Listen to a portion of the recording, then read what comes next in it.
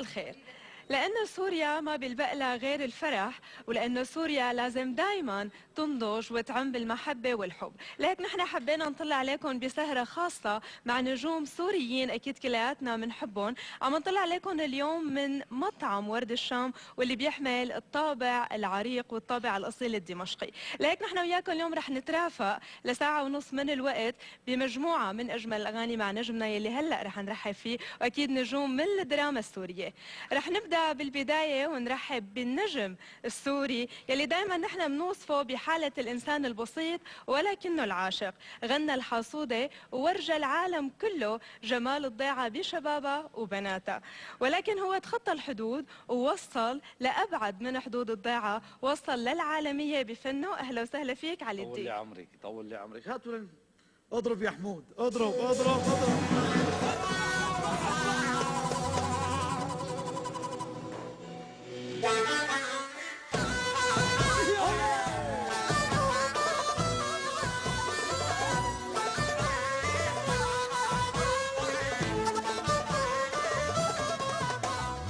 بكرة العيد ومن عيد ومنذبح باقر تسعيد.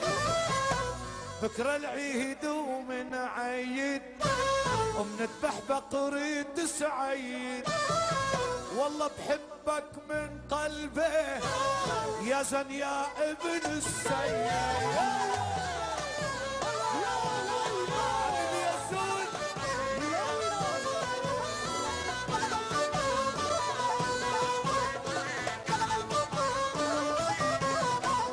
علمتني عالغرام وتركتني يا حرام.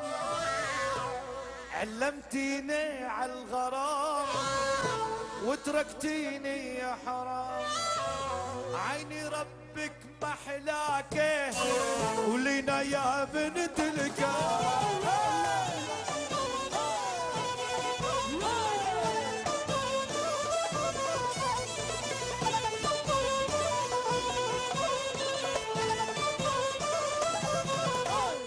لو اخذوني عالقبر ودمي ساولي حبر.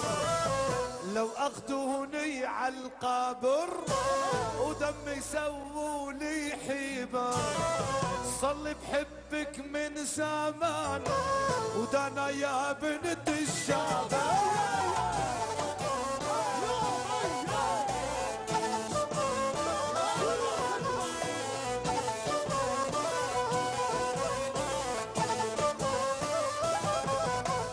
يا ريت قلبك يلين وتسمعني هالحنين. سألت شو اسم الحلوي قالت لي اسمي أفلية.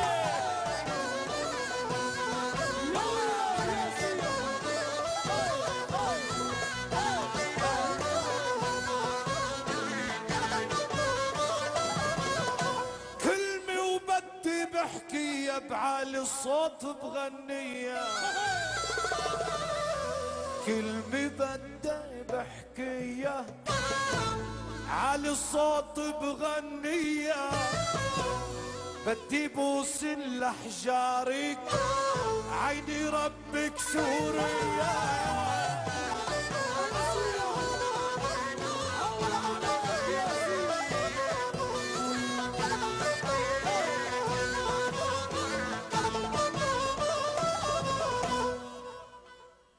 اهلا وسهلا فيك علي. يعني رحبت بضيوفنا اجمل ترحيب. بدي اتشكرك كثير على هالترحيب. اكيد نجومنا اكيد كمان بيتشكروك، بس يمكن لازم انا حبيبتي رحب فيهم كمان على طريقتي. انا لي الشرف كون معك اليوم ومع النجوم. نحن بنتشرف. هدول اخواتي وهدول اصدقائي. يعني قبل ما يكون في شيء بالفن، في علاقه بتربطنا اخوي، في شيء بقلبنا، بين كان الاخ الحبيب يزان ولا ام اللول ولا دانا. فانا كثير فرحان يعني، وانا يعني ابديت كثير فرحي وقت اللي قالوا لي على التليفون انه الشباب هدول يعني هذه معايده. هابي فالنتاين. اكيد هابي هابي فالنتاين للكل، وان شاء الله يا رب الحب يكون مملي كل قلوب إن شاء الله يا رب، إن شاء الناس. الله، إن شاء الله. رح نرحب بضيفتنا النجمه السوريه المميزه، جميله من جميلات سوريا اكيد، اللي رجعت طلت على الدراما السوريه بقوه، ورجعت اثبتت انه هي موجوده وحاضره بالرغم يمكن من الغياب يلي هي غابته. اهلا وسهلا فيكي لينا كرم. وين كنتي خير؟ وين كنت وين تكون يعني؟ رح نحكي هلا عن الغياب ورح نحكي عن الاعمال شكرا الجايه. على هالتقديم الجميل. اهلا وسهلا فيكي كمان يزن السيد. اهلا وسهلا فيك. يعني من بعد يمكن ما كان هو لاعب بالملاعب المستطيله، قلب لحتى يلعب يمكن بالفن وبهذا المجال، فاكيد قدر انه هو يتخطى كل هي الحدود وقدر انه هو يكون لاعب محترف بمجال الدراما. اهلا وسهلا فيك اهلا يزن. وسهلا فيكم وشكرا على هالجمعه الحلوه بقياده نجمنا الحبيب جبرني استاذ ربك علي ما أحلاك. والصبايا الجميلين. شكرا لكم. اهلا يا زون حبيبي أستاذ اهلا علي. بي ولك فقعوا له رش.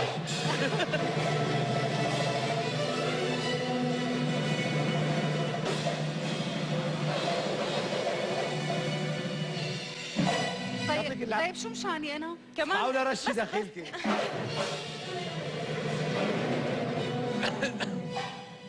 رح نرحب كمان بالنجمه دانا جبر الجميله المميزه. ترحيب من عندك.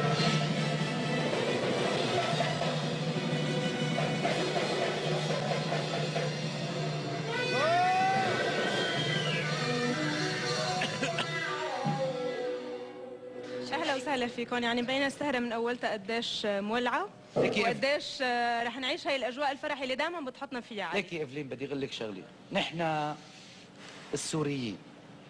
السوريين ما بيلبق لنا غير الفرح. اي والله. لانه ارضنا هي ارض الفرح وارض وقت اللي بنقول عذرا، يعني انا لو ابتديت الحديث في وقت اللي بتقول الفرح فتعني الفرح. ليكي كلمه فرح العالم بيفكروا انه بس يرقص ويغني، لا لا يا حبيبي، الفرح يعني السلام، الفرح يعني الشجاعه، الفرح يعني انت انسان كثير بتحب وطنك.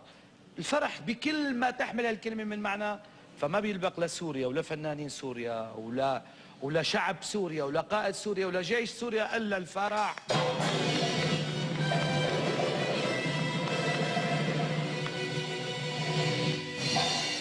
رح ابدا معك بالاسئله علي. علوة رح تبدي مع نبدا الشباب. معك من اخر اغنيه اصدرتها. طبعا الف مبروك على اغنيه ما شكراً. بيسال عني ما بيسال الله عنه. يطول عمرك. علي ديك ممكن بالحياه يمشي بهذا المبدا، الاشخاص اللي ما بيسالوا عنه هو ما بيسال عنهم ولا لا؟ لا لا لا، انا شخص لا تعيني في، يعني انا كثير شخص حنون. يعني بجوز بظهر للاخرين اني هذا الشخص اللي بس اللي عنده جبروت وكذا، بس ولكن انا في بداخلي طفل كثير صغير وما فيني، يعني اذا زعل مني حدا فبدور على طريقه كيف بدي اروح راضي. هلا يعني اكيد وقت الواحد بيكون اذا كان حبيبك او صديقك، ولكن اذا كان شخص لا ينتمي اليك فبالعكس بالناقص يعني. والا اذا كان صديقك وحبيبك لا بدي راضي، ما انه ما بسال عنه. فلانه بالاخر شوفي اخر الكليب انه جيت راضيته وحطيت لها الوردات والكذا. فهذا كان معنى الاغنيه. الاغنيه من الحان الحبيب ماهر العلي وكلمات بسام قصيبي وتوزيع عمار جوري. تحيه لهم ورجع أكيد بعقل. تحيه كبيره. طول عمرك. مبروك مرة ثانية. رح نسمعها نحن هلا نسمع بعد شوي كتير. للغنية. رح انتقل لعندك لينا. يعني من بعد غياب يمكن رجعتي على الدراما السورية فترة 5 سنين تقريبا. يمكن هي ما قليلة هي الفترة، ولكن لما بيرجع الفنان بعد غياب قديش هو بحاجة ليرجع يثبت نفسه من أول وجديد، يمكن قدام المخرجين أو قدام المنتجين؟ هلا هي فيها صعوبة، بس أنا برأيي كونه الممثلة أو الممثل تارك بصمة، هي البصمة مو بالسهل ممكن تلمحها، إن كان بذهن المشاهد ولا إن كان بذهن المخرجين. هلا ممكن يكون فيها صعوبة، هي غبتي عن ذهن المخرجين نوعا ما. ممكن أنا ما بنكر طبعا فيها صعوبة، وطلعت وجوه جديدة. هذا الشيء كمان بس يعني رجعاني رجعه خارقه حرق. قوية. ما عرفتك اول ما حتى دخلت. شاركت مع الوجوه الجديدة هيك يعني. يقول لك شغله، له الذاكره بالقلب لا بالضبط. ينمحي. إيه. فالواحد لينا يعني فناني وجميلي تسلم يا علي، حبيبتي. تسلم حبيبي، عيونك الحلوه. الله يطول لي عمري. يزن، دائما يعني القانون يلي هو بيكون بالمباريات فريق فايز وفريق خسران. بالدراما قديش ممكن ينطبق هذا الموضوع؟ ويزن السيد تحديدا قديش بيشوف انه بالدراما ممكن يكون الفنان بمطارح هو الفايز والناجح، وبمطارح ممكن لا يكون خسران؟ هلا انا مع قصه انا بعتبر الفوتبول والفن هن كثير مرتبطين ببعض. يعني لاعب الفوتبول وقت ما ببلش من الاشبال للناشئين، وقت ما حقول لك بالرجال مثلا ببلش اول 10 دقائق، بعدين بيشوفوه منيح ببلش ربع ساعه صح. شوط، بعدين بصير اساسي، بعدين بيخلص الموسم بصيروا المدربين عم يشوفوه انه هذا لاعب منيح. التمثيل نفس الشيء، تمثيل انت بدك تطلعي درج درج، تراكم وخبره. وانا مع قصه يكون في منافسه حقيقيه بمجال مهنتنا، لانه انت وقت ما بتكوني عم تشتغلي مع حدا محترف وموهوب، انت بصير في عندك من شيء من جوا انه انت حافز. بدك تعملي اكثر منه. انا بحبها هي المنافسه كثير. هي المنافسة الشريفة، يعني إذا فينا نقول طبعاً. عنها، هي موجودة فعلا بالوسط الدرامي؟ اكيد موجوده، اكيد موجوده. وفي امثله كثير قدامك، يعني في نجوم الشباب يلي عم يرفعوا اسم سوريا بالدراما السوريه. اكيد كل واحد موهوب، ما بتيجي بتقولي عن هذا نجم لانه والله هو حلاوه، لا. النجم لانه هو يعني في بداخله يعني مفهوم في شيء بداخله. بموهبته. مفهوم النجم مو بس انه والله واحد معروف، لا، هو معروف باخلاقه، معروف بادائه، باحترافه للمهنه، بتنوعه بهي المهنه.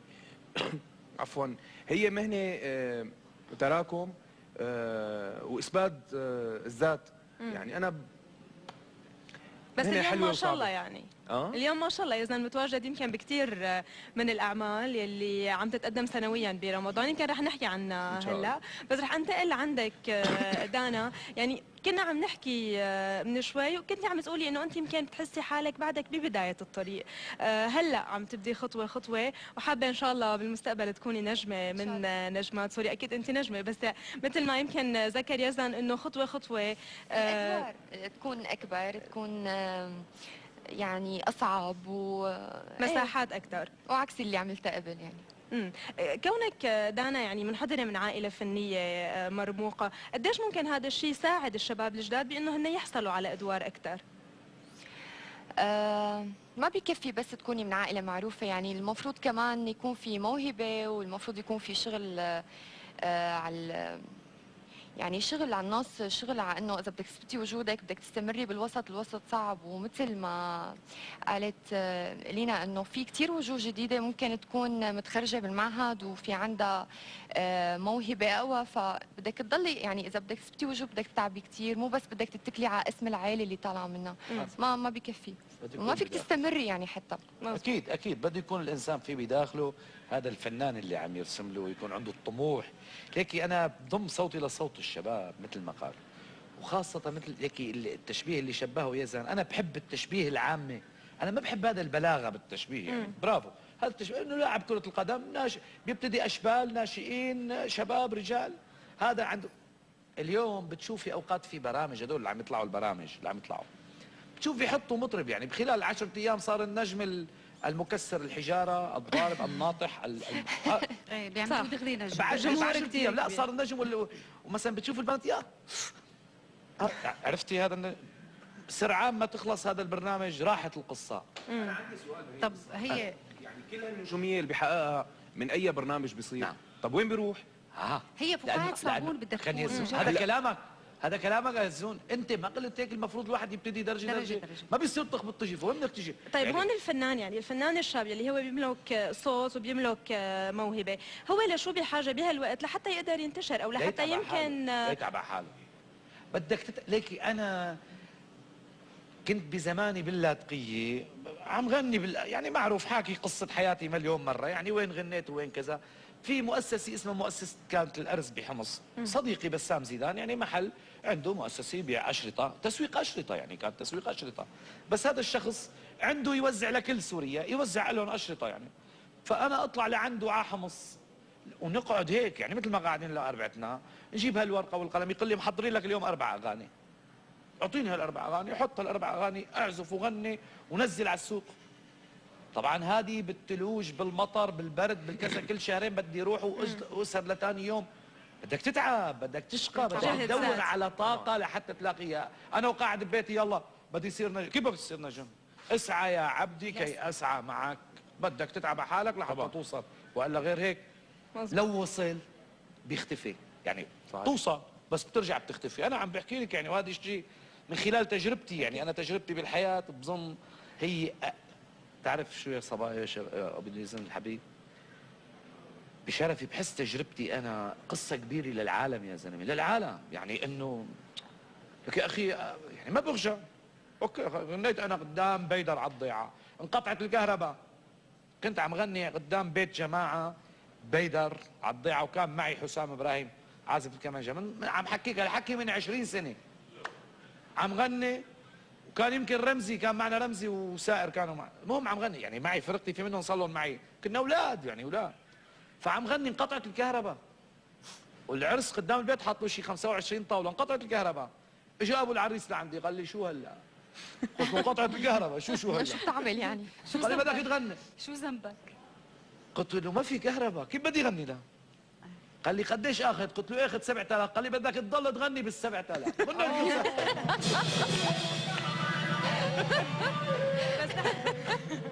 ونحن هلا بدنا نسمعك عم تغني 7000 ولا بأقل؟ بقد ما بدك. يلا هات ملايين ملايين يا نسمع. حياتي انت. هات لنشوف.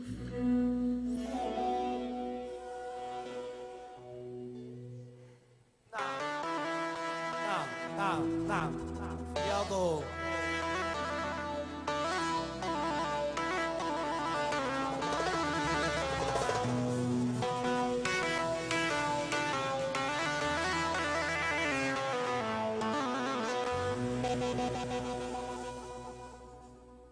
يا حادي العيس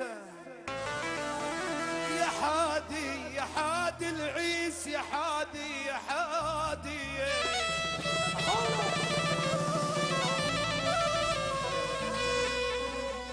يا حد العيس للغالي وديني، لا وفي نذر لعلي وديني، لك سوريا كعبة الزهرة وديني، وسوريا مرتجاية والكتاب.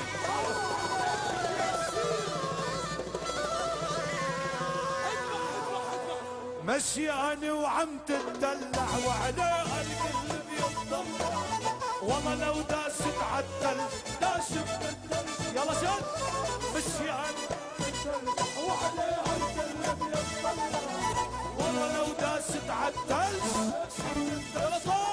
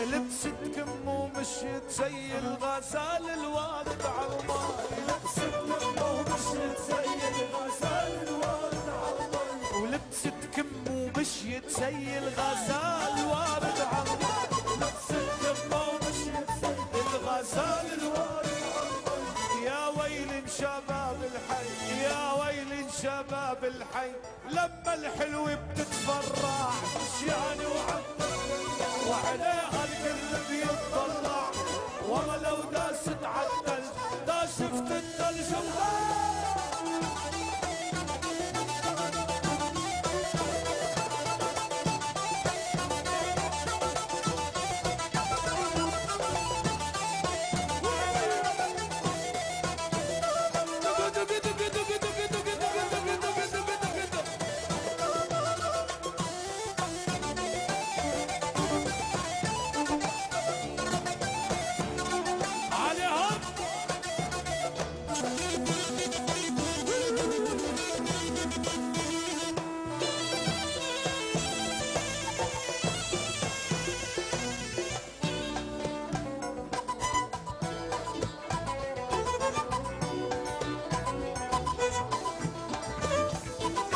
سكرت بعينيكي سهرة ضيعتنا الضو النجمات سهرات سكرت بعينيكي سهرة ضيعتنا الضو النجمات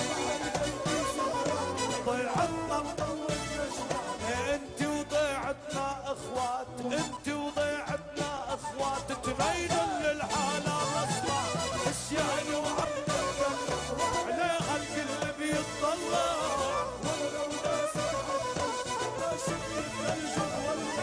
مشياني وعم تدلع وعليها الكل بيتطلع والله لو داست عالثلج دا شفت الثلج مولع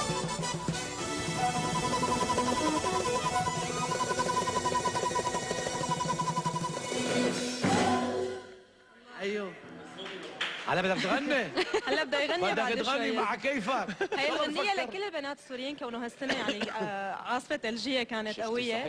كل وحده لها اسم احلى من اسم تمام. ها هدى هدى اسم اختي يا عيني هدى وحده زينه زينة. لينا بس ما اجت. هلا قريبا تكرم بدها تجي عيونك قوية كثير. تكرم عيونك اليكسا واليسا ومدري شو هن دائما العواصف بسمون باسماء بنات لانه دائما بيجوا قوايا مثل شخصياتهم. البنات انتم يعني هلا قوايا البنات قوايا. لانه هيك حرام. قالوا. يا الله الصيت لنا والفعل لكم. صحيح والله بكل تواضع نعم صحيح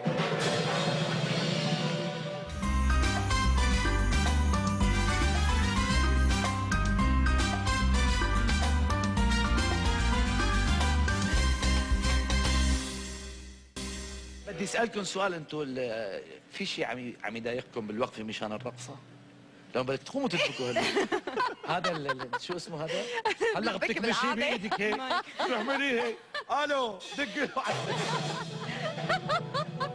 هن احنا قاعدين يعني كابتين حالنا انه نحن مستحيل ما نسمع اغاني بدك تقومي يا وما روحي نتحمس. والله جايك الدور يلا رح انتقل لعندك لينا. رح نرجع شوي لحتى نحكي عن الدراما. يعني بنشوف كثير ايام من الممثلين ممكن يعتذروا عن بعض الادوار لاسباب مختلفه، ولينا اكيد يعني مر عليكي كثير عروض ممكن تكوني اعتذرتي منها. شو السبب يلي بيخلي فنان مثلا يعتذر عن دور معين، خاصة إذا كان مثلا هذا العمل هو جزء ثاني أو جزء ثالث من العمل؟ هلا ممكن انا اعتذر بحال انا ما عجبني الورق. هلا اذا انا من بدايه الجزء الاول والثاني والثالث انا مع ممكن اتناقش مع الكاتب، اطور الشخصيه، نرسم خطوط للشخصيه، بس انا ممكن ينعرض علي ورق انا ما يعجبني، ممكن ارفض لانه الورق بصراحه ما لقيت حالي فيه. يعني في مبادئ معينة يمكن بيحطها الفنان لحاله كرمال يمكن لما هو بده يختار دور بالضبط. يكون هذا الدور هو فعلا راضي عنه 100%. ممكن ما لقيت حالي بهي الشخصيه بكل بساطه. اوكي يزن بالبدايه يمكن اذا بدنا نحكي شوي عن الشباب بشكل خاص، لانه بنعرف يمكن الفنانات يعني خليني مشان ما اظلم حدا رح نضل بموضوع الشباب. يزن مثلا لما قدمت اول مره للتمثيل وكان عندك تجربه اولى، شو اللي ساعد يزن بالبدايه؟ الشكل الحلو او الحظ او الموهبه اذا فينا نقول؟ هلا اكيد شكل لعب كتير دور، بس هي القصة مو قصة شكل. هلا انت بتجيبي لوحة كتير غالية وكتير حلوة، بتشوف فيها يوم يومين ثلاثة، بعدين بصير المضمون اللي داخل اللوحة هو اللي بيعني لك. انا وقت ما دخلت على الفن دخلت بالصدفة، شافوني قالوا لي تمثل، قلت لهم بمثل. مم. رحت. بس انا من اول ما بلشت بمهنه التمثيل رحت لعند صديق لي قلت له انه هو خريج معهد، قلت له اجاني هذا الدور ما بعرف شو بدي اعمل. قريت كذا مدري شو، تدربت انا وياه، رحت. انا حبيت. يعني انا مو حبيت اني يعني انا من اول ما بلشت ما حلمي اطلع على التلفزيون، يعني مو حلمي اطلع اتصور بالتلفزيون. انا حبيت المهنه، حبيت هيك، شفت في حلم هيك، يعني هدف ببالي ورايح عليه. حلو. مهنتنا بحاجه لانك تتدربي، تتعلمي. انا بتتعلمي من اي حدا. يعني انا كثير كنت سعيد بتجربتي كان مع الله يرحمه الاستاذ خالد تاجا. كنت الله يرحمه. اقعد طول الوقت هيك عم بتفرج عليه انه شو عم يعمل. عم تتعلم منه. من عيونه بيمثل، بحواجبه بيمثل، مهنتنا صعبه بس هي حلوه كثير. الناس بيفكرونا نحن كثير بنتعب. انت وقت ما بتاخذي شغلة بالعالم. نحن وقت يلا ما ناخذ دوس. اي دور هو مو يزن، هو الشخصيه اللي انت عم الشخصية تلعبيها. اللي على الورق. بالفتره الاخيره صرت اتعب لانه كثير عم روح مع الشخصيه. وانا اخر فتره صاير كثير عم بيجيني ادوار هذا الشاب التطبيق، الجكل، الخاين، الكذا. صارت مثل راكور بالنسبه لي هي الادوار، هي مشكله. وانا عم بلعبها كثير. مخرجينا بالتنميط بانه هو خلص يزن اخذ شخصيه الشاب اللي الجقل الطبي الهي، خلص المخرجين زرعت براسهم شافوا هي لا الصورة. بس بس هو بيقدر يرفض. لازم بس انه أنا احنا دايماً- نطبعه بهذا ننمطه بهي النمطيه المعينه. هلا اغلب الادوار اللي عم تجيني بهي الطريقه، بس انا عم بروح على الشيء المشاكس. يعني كثير بحب الشخصيه المشاكسه، ما بحب هذا الحبيب يلي بس بيحب. بده هو دايما يعني الازعار الاختلاف كثير مهم بالنسبه للفنان، يعني أي. انه هو يقدم ادوار مختلفه لحتى يمكن تبين صحيح. قدراته بشكل اكثر. بس كنت عم تقولي دانا انه هو فيه يعتذر. ممكن الفنان يعني مثلا يعتذر عن 3 4 اعمال اذا افترضنا هو اجى خلال السنه، فهو ممكن يقعد بلا شغل. اذا هو مثلا اجاه الادوار احسن ما خلص ينحفظ انه ليش هو دائما بهذا الدور عم بيختاره، لانه ما بيعود بقى الواحد بيقول انه المخرج اللي عم بيعطيه، لا انه هو اللي عم بيقبل. هلا ممكن مثلا دور 2، هلا اكيد ما رح يكونوا بيشبهوا بعض، يعني عرفتي انه ممكن يكون لانه حلو، لانه شخصيه، يعني كمان اجباري هو ما له بشع ولا رح ياخذوه لدور. قصدي عم تسالك انه اذا واحد اعتذر عن كل الادوار يعني ما عاد يصير له لا شيء. مو يعني ممكن يقعد مثلا هي السنه بلا شغل، كونه مثلا اجى عملين 3 هن بنفس الشخصيه او بنفس عم بقول لك الاطار ممكن اللي يشتغل بتحكي عنه عمل الشخصية. 2، اذا بده يضل هيك لا ممكن يعمل ستوب. هلا انا هيك عملت، يعني بعد ما اشتغلت اعمال شاميه وكثير ادوار ثانيه بالدراما، صاروا بالاخير يحاكوني، يعني بعد مثلا 7 سنين 8 سنين عم بيحاكوني لادوار شخصيه حلوه، سكرتيره يلي بده يحبها المدير. ليش عم ترجعوني لورا؟ طب هون قطعت انت هي بتعرفي- المرحله. يا عيني عليك. عم هون انت حسيت بتعرفي عن سلام. الدراما. هذا اللي انا كنت عم بحكي يا عنه. سلام. حسيت للحظه انه ما عملت شيء انا، يعني حلو حلو لا حلو. معناتها خليني ارتاح. اذا انا هيك بدي انطلب لهي الادوار، وانا يعني من اول ما فتت ما انطلبت لهيك، مم. عرفتي؟ لا أوكي. كنت عم طب بطلب انت شخصيه بعدتي وزيرة. دانا مثل ما كنت عم تقولي، يعني بعدتي لفتره. طيب هون هلا رجعتي، اذا فينا نقول المخرج هو رح يغير رايه بدانا لانه هي بعدت، يعني هل طبعاً. هو البعد هلا هو خيار صحيح؟ لما رجعت هلا عم باخذ اللي انا كنت لازم اخذه ولازم انطلب عليه، قبل ما يقولوا لي والله بنت حلوه بدنا اياك اللي يعجب فيكي ابصر مين. مم. ممكن تكون هي الشخصيه الحلوه اللي بده يعجب فيه، بس يكون في لها قصه، يكون في لها كيان لهي الشخصيه، مو بس انه وحده حلوه مرقت حبها وراحت، عرفتي؟ لا انا هلا عم بشتغل مع الاستاذ سمير حسين، دور كتير حلو، كمان بنت حلوه، بس انه في عندها مشاكل بعائلتها، في عندها عم نورجي قصه انه كيف وخطوط.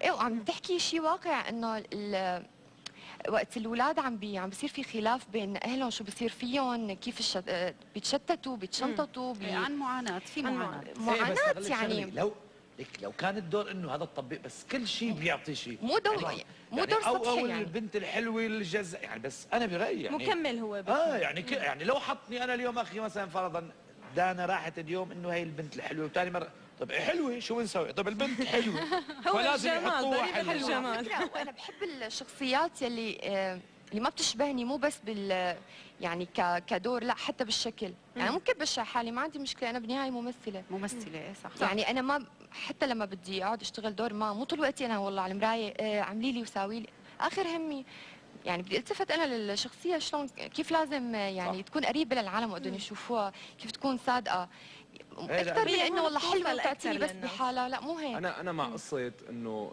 مو بس نحن ان كان بمجال الغناء او بالتمثيل، الشكل هو شيء بيساعدك. هو شيء ايه اساسي. هذا اكيد يعني انت ليكي يعني- كل شيء، شكلك وستيلك طبعاً. وترتيبك وادبك وحكيك صح.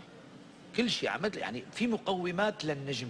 للفنان يعني لازم طبعاً. العالم يفهموا هاي القصه، النجم له مقومات، في 20 بند، وهذا البند من بيناتهم بس في اسا بنود. يعني طبعاً. المفروض انت اخي اليوم يعني الفنان او الفنانه، اخي انا بحبك، بدي اشوفك برا، بدي اشوفك هيك برا، بس بدي اشوفك مثل ما بشوفك بالتلفزيون، هي المرتبه المهذبه، لانه في عالم بيرسموا ليك، في في عالم براسهم بمخيلتهم. شيء للفنان يزن.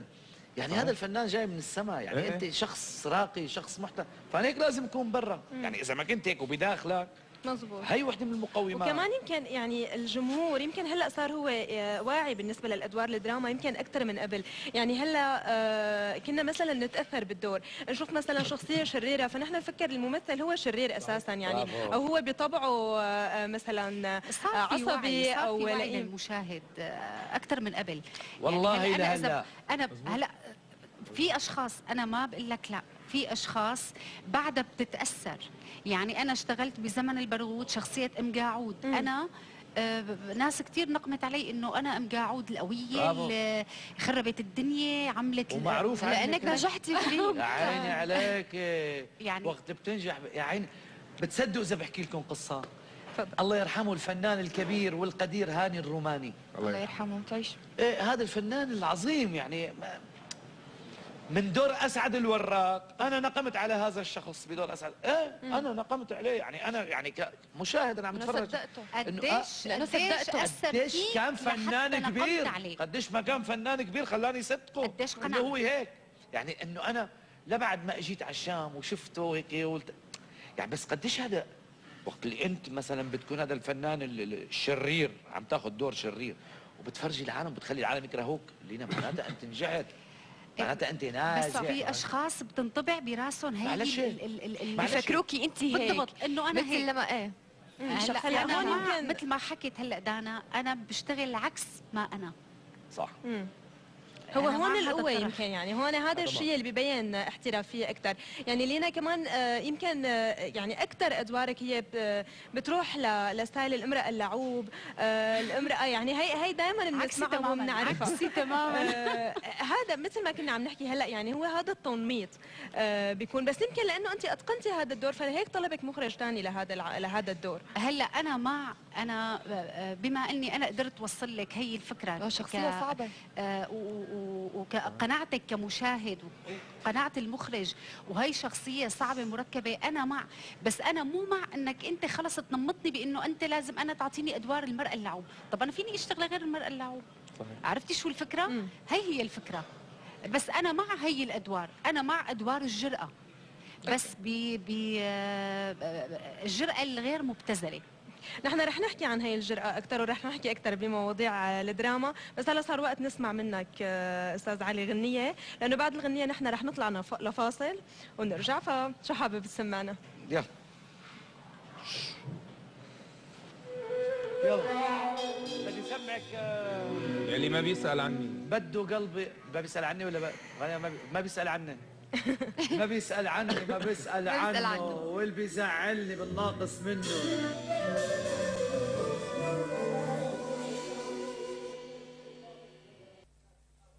ما بيسأل عني، ما بيسأل عني، واللي بيزعلني ناقص منه.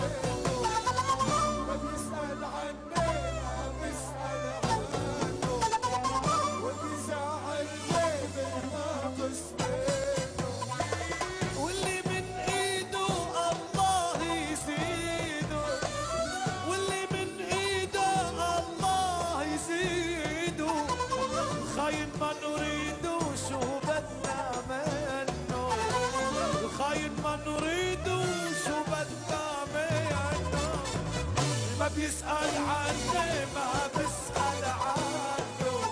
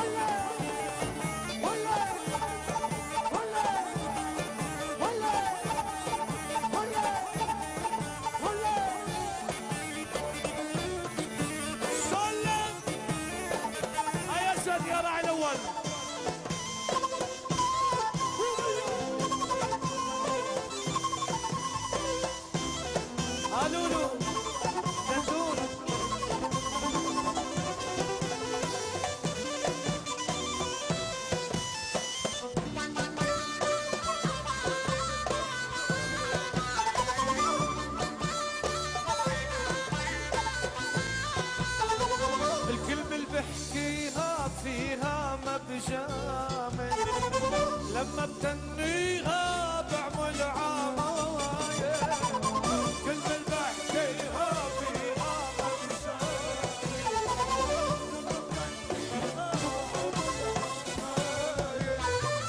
بدك تهواني لا تتحداني بدك تهواني لا تتحداني لا تطلع فيها اللي قبلك جنة لا تطلع فيها اللي قبلك جنة ما بيسأل عنك ما بيسأل عنك واللي زعلني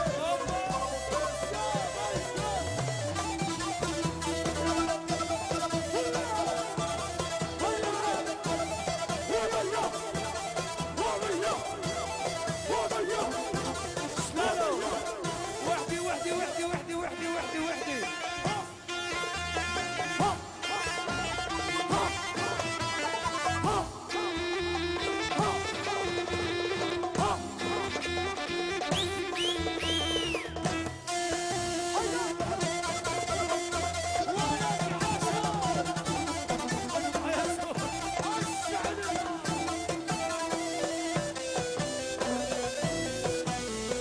البد يخاصمني الله يعينه حتى يصالحني راح بكي عينه البد يخاصمني الله يعينه حتى يصالحني راح بكي عينه راح يمشي بأمري ويتحمل جمري راح يمشي بأمري ويتحمل جمري غير كلمة حاضر ما بسمع منه غير كلمة حاضر ما بسمع منه ما بيسأل عنك ما بيسأل عنه واللي بيزعلني بتنقص منه ما بيسأل عني ما بيسأل عنه قلبي زعلني بناقص منه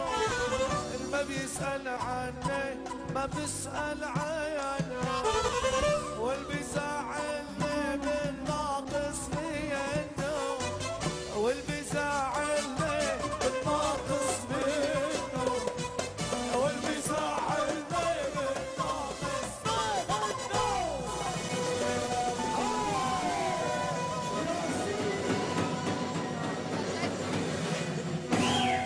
فاجأتني. هي فيها تحدي. يا حياتي انت يا حياتي هلا عم شخصيتها تصوري قوية عم يعني تصوري انت هلا هلا عم جد. عم تصوري نصور اه نحن على الهوا على عم الهوا. نصور قديش فيها شو بدك تحدي؟ تقول لها؟ هيك حلو الشخص انه يفرجي الاخر يعني انك طبعا هذا وقت بتكون انت واثق من محبته لهذا الشخص هذا تفرجي يعني طبعا اذا ما بيحبك بتخاف تقول له هذا الكلام لانه بيتركك يعني اذا بتقول له بالناقص منك بيقول لك بالناقصين صح. بس هو اذا بيحبك كثير فانت تفرجيه انك هذا ابو زيد الهلالي بالناقص يا اخي علي روحي لا تزعل دخيلك عم مزح معها موجهة هي الغنية لحدا؟ موجهة هي الغنية لحدا؟ والله ليك احذري شو المفروض يعني هلا كنا عم نحكي تجدد تحكي شغلات المجتمع تحكي قصص بدك تحاكي كل الاعمار بدك تحاكي كل المستويات يعني هي الكلام وهذا اللحن وهذا الترتيب يعني بيركب مع اللي عمره 5 سنين وبيركب مع اللي عمره 30 ومع اللي عمره 20 ومع اللي عمره 70 سنه وانت تهربت من الإجابة انا شو انت تهربت انه اذا ما مقصودة ولا مو مقصودة؟ مقصوده نعم مقصوده اوكي رح نرجع ونكمل الحديث ونكمل سهرتنا الحلوة كملي هات على بيت عدالة اسمعي رح اسمعي شو بدي يصير اسمعي طيب اسمعي تعالي يا سيدي تعالي عندي تعالي عندي تعالي حياتي تعي لعندي يا حياتي تعي لعندي. نعم اهلا بيزن اضرب يا حبوب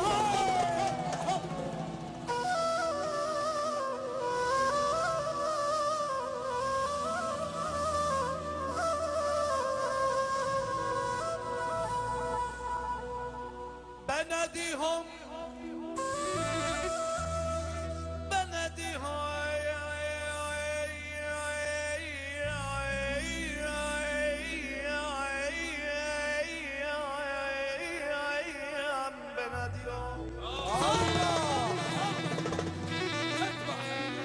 بناديهم وهم عني طواريش. ما عم يسمعني هي، لانه هي قلت لها انا وخيي يزا، انا وخيي عبن عمي، وانا وابن عمي على الغريبي.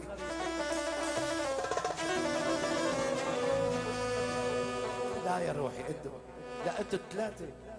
بناديهم وهم عني طواريش، وبعد العز رجعت ارعى طواريش. يا حرام. تخيلي واحد رجع على بيته وكان مليونير، وكان القصة الكبيرة وهي الكذبة يعني، فبيرجع على بيت واحد الشخص ما بيشوف لا بي ولا امه ولا حدا ولا اصحابه ورجع فقير. بناديهم وهم عني طواريش، وبعد العز رجعت ارعى طواريش. ما عمر النسر بسوريا، ما عمر النسر بسوريا طواريش، وخلى السما مركع للغرام.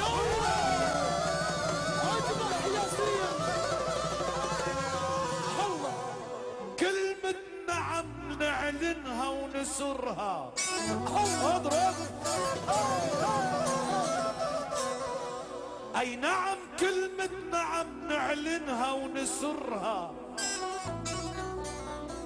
بصلاة بخير بمحبة ونسرها.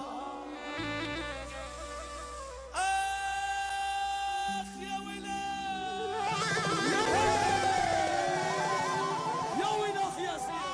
حافظ الأسد للدنيا، حافظ الأسد للدنيا، نسرها ما غاب النسر إلا ونسر جاب.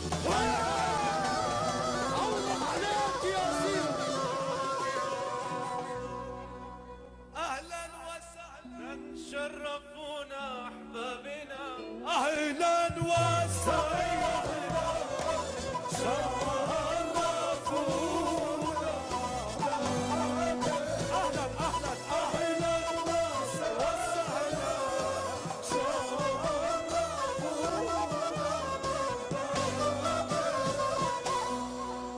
الحبيب حلو. نعم. قبل شوي قال انه ما بيعرف يدبك ودبك، وقال صوته مبحوح وغنى شوي. خلي سارة تمر على خير، اذا بغني كارثه. انا عم برقص. خلص الاتي اعظم لكان بعد الفاصل وراجعين.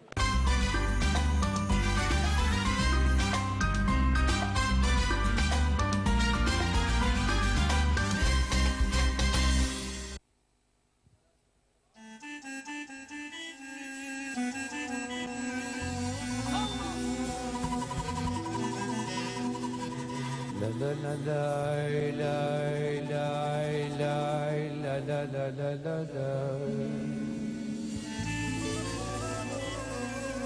لا لا لا لا لا لا لا لا يا خمار.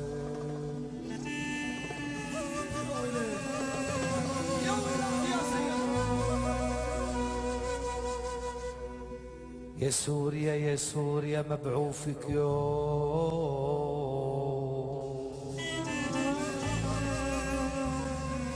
مهما علي كتر اللوم.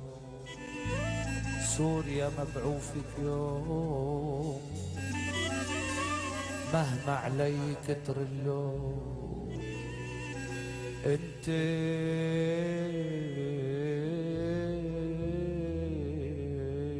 عيوني، انت عيوني وانت النوم، وانت الدمعة عخدودي. لا لا لا لا لا لا لا لا لا لا.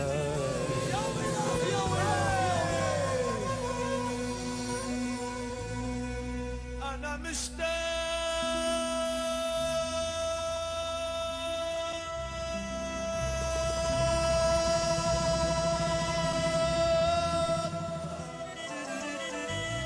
مشتاق لك يا رماني.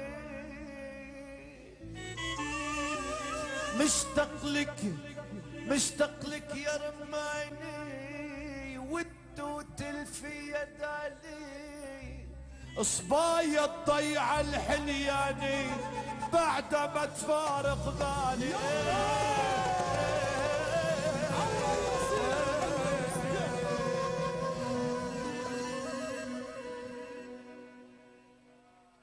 شكرا.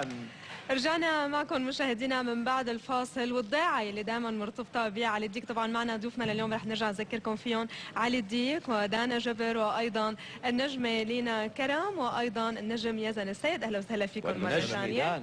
والنجمة دانا. نعم. خالد نعم. من بعدك ما في جو. حبيبتي، ايوه حبيبتي، دخيل رب. دخيل وربك دخيل وديني شو عملنا فيك انت مجننيني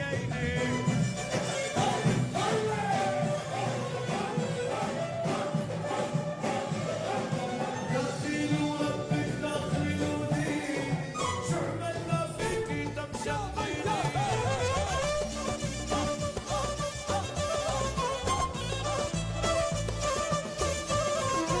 يسلم لي ربطة فكت عقدة لبة قلشينك يم الكاشاكش عالبطال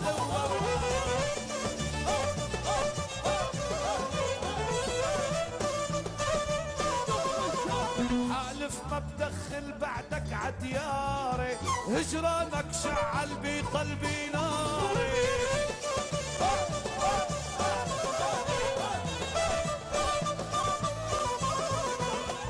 يزوني داخلك داري حبك حط الله بعقلي جنون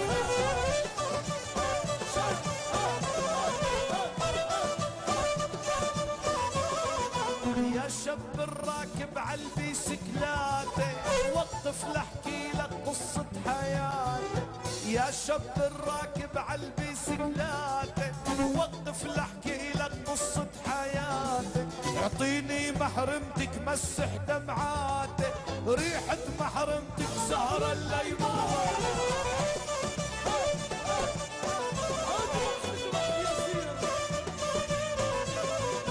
دانا يا دانا وين بدك ياني لعزم عالحفلة 100 فنانة دانا يا دانا وين بدك ياني لعزم عالحفلة 100 فنانة لعمل لك خطبي بالميرديانة واعمل لك عرسك بالشيرات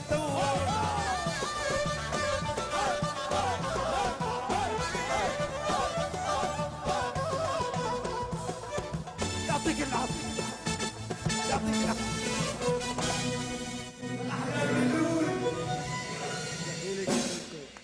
الف مبروك. ان شاء الله الله يبارك في عمركم كانت كتلة كثير حلوة وانبسطنا بالعرس طبعا يعني. حبيبتي تسلمي. بما انه جبت سيرة العرس فرح نحكي شوي عن الزواج بالنسبة للفنانين. دانا تزوجتي كان عمرك صغير 18 سنة يمكن لما تزوجتي، ومن بعدين انفصلتي.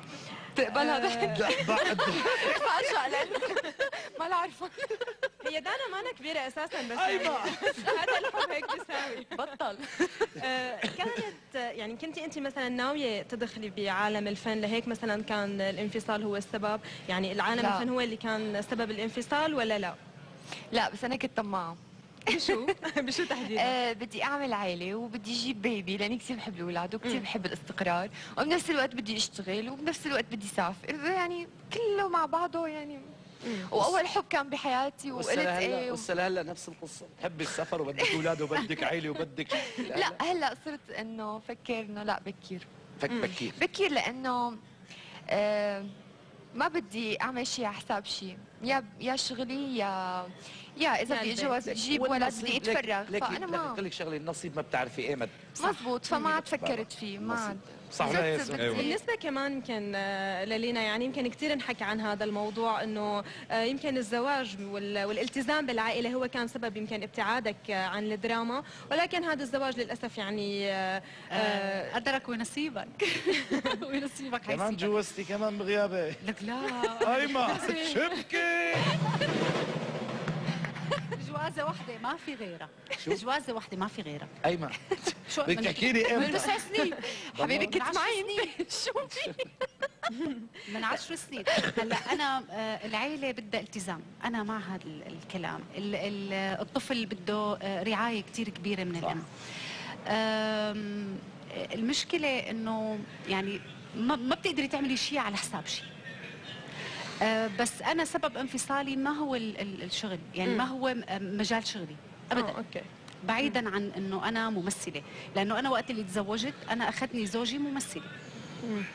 ما كان هو سبب خلافي مع زوجي. اوكي. هلا يزن، يعني يمكن شوي الموضوع مختلف. انت تزوجت كمان من فتره وعندك طفل، واسم الله يعني دائما بنشوفك نشيط على مواقع التواصل الاجتماعي، دائما جو العيله بتحيط فيه يمكن الاشخاص الفانز اذا فينا نقول يلي بيتابعوك على مواقع التواصل الاجتماعي. قديش بتحس انه الزواج هو مثلا ما له عقبه بالنسبه للفنان؟ هلا هو مو قصة عقبة ولا ما عقبة، بس مثل ما قالت لينا الزواج هو استقرار ونحن بمجال شغلنا للأسف ما في استقرار. ما في عنا استقرار. ما في يعني استقرار. أنا دايما اجت فترة دايما مسافر، مرتي دايما مسافرة. يعني أنا عم بتضايق من قصة إنه أنا ما عم شوفهم، ما عم كون معهم عفوا، وهن نفس الشيء على قلبك. حالة الزواج- اشتياق يمكن. حالة الاشتياق كثير. يعني أنا يمكن بتشوفي دايما بنزل على الفيس وكذا. يعرب بالنسبة لي هو الحياة. يعني الله الحياة يخليك تكمن هون. الله يحمي كل أطفال العالم وأطفال الله سوريا. يحمي لك آمين يا يا رب. مسؤولية كبيرة. بتحسي حالك انه انت في شيء بالحياة عم تعمليه لسبب. يعني انا بالبداية كنت ما عندي مشكلة، بنام هون، بسافر، بروح بجي. إيه. بس هلا صار في مسؤولية، التزام، في مسؤولية. في التزام. يعني مثلا اليوم طول نهار انا بالتصوير، مخي معه انه اكل شرب نام. بس كذا. ما في خوف عليه اكيد. لا ما في خوف يعني أكيد. هلا ضل عندنا بس الاستاذ علي، يعني ابو ليش؟ ما في لا ارتباط ولا زواج، يمكن هون خلص نتفرغ للفن وبس. لا طبعا لا، ما بيصير هيك. بدي اقول لك شغله. هلا كنت عم احكي تحت الهواء انا والشباب والصبايا، عم نحكي كنا يعني بالاخير بتوصل لمرحله انه خلاص يعني شو بدك؟